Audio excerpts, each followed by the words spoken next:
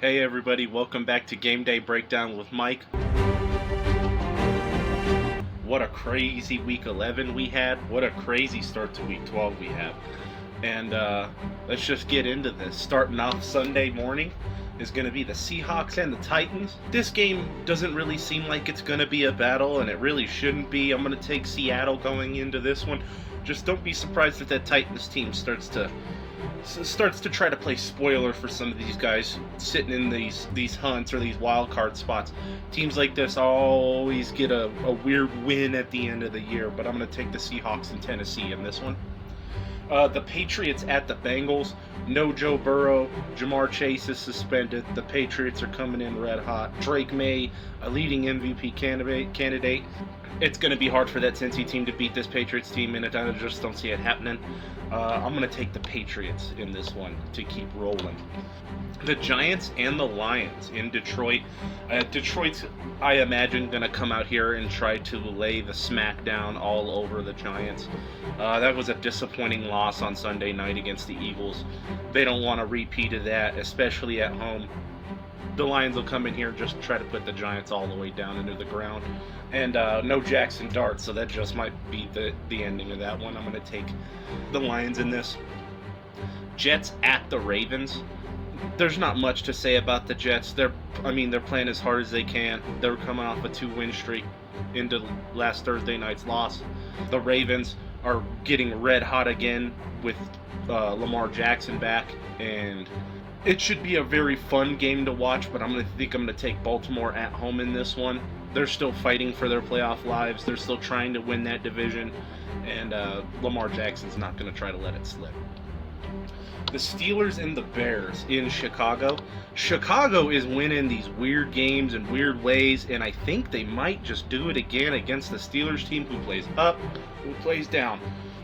And Aaron Rodgers is looking like he will play, but how hurt is he coming into this game? I think I'm going to take the Bears in Chicago on that one. Vikings at Packers. Josh Jacobs is hurt. They said they're going to try him out a little bit. They're going to work him out and see how he feels. I don't see Josh Jacobs playing. You don't want to hurt your running back, especially this late in the season. You're playoff. You're probably more than likely going to the playoffs. I don't see them playing him, but I don't think it matters. I think the Packers are still going to win this one against the Vikings. The Vikings just play sloppy football late in games. Last week was a very big-time indication of that, letting the Bears get back in that one, and then losing it. So, yeah, I'm going to take the Packers in this one. I don't think the Josh Jacobs thing's going to hurt that offense too much, but that's what I feel about that one. Colts at Chiefs. The Chiefs' season at this point is on the line for them, and I don't see that team coming in flat whatsoever. The Colts are a real good team. They're going to play real good defense. They're going to score the football, but I think in the end of this one, I think the Chiefs eke away here because that season's on the line and that team's going to probably come in with its head on fire. I'm going to take the Chiefs. Jaguars at Cardinals. I'm going to take the Jaguars here. I just don't think the Cardinals are a very good football team in general. The Jaguars, even without their best receiver, seemingly have just this feeling about them as like one of those wild card teams that could maybe knock a good team out. But yeah, I'm going to take Trevor Lawrence and the Jaguars going into Arizona on that one.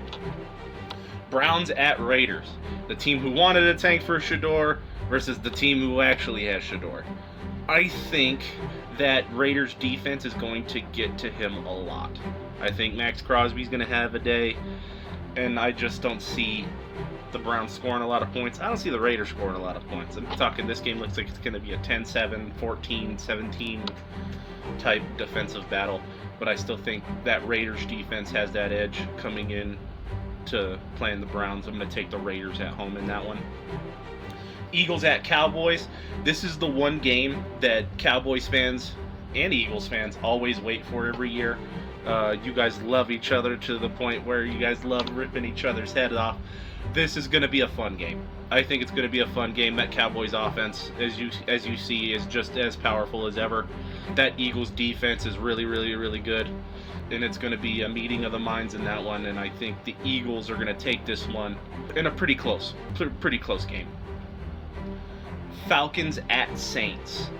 This is another one of those games where both teams kind of don't really have much to lose, but really have nothing to gain either from this. It's just more for bragging rights against the other team.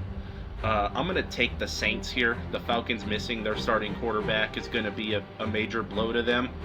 And when you lose your major quarterback, you guys tend to, a lot of people lose their momentum. They lose their ability to keep up for games every week.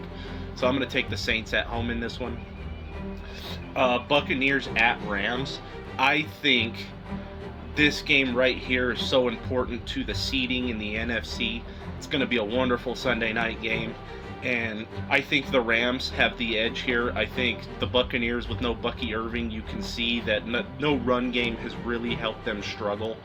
I'm going to take the Rams in Los Angeles here. And then the final game of the week, the Panthers at the 49ers. I don't necessarily think the Panthers are not road team worthy.